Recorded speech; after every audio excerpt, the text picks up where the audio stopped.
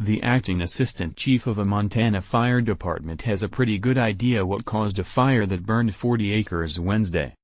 It wasn't lightning. It wasn't farm equipment.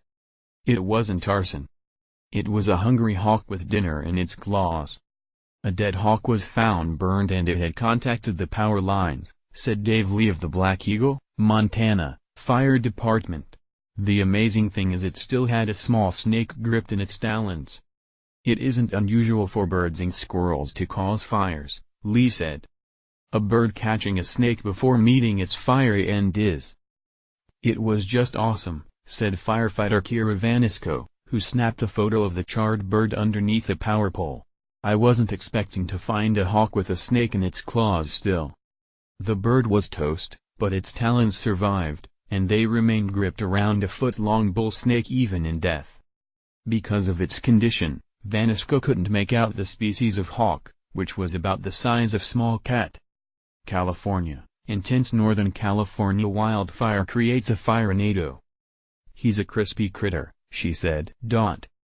Power outages caused by animals and birds in Montana are not unusual, said Butch Larkham, a spokesman for Northwestern Energy. I wasn't expecting to find a hawk with a snake in its claws still. Kira Vanisco, firefighter with Black Eagle Fire Department. I have dealt with outages caused by squirrels, beavers, geese, raptors and even snakes, said Larkham. But this is my first experience with a hawk-snake combination.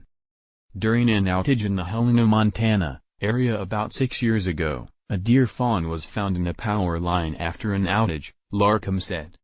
Northwestern suspects that an eagle may have snatched the fawn from the ground and dropped it on the power line while in flight. The collision between bird and power line and Black Eagle didn't cause a power outage, but it did cause a fire, Lee said. The hawk's wingspan may have contacted the power line, generating sparks that started the fire, he said. The fire burned in grassland that was once a landfill. It was running pretty good. It was spreading, Lee said.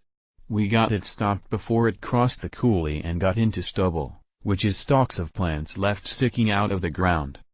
5 or 6 power poles were damaged. The dry conditions helped spread the fire quickly. If it hadn't been contained, the fire would have reached a power company switchyard, Lee said.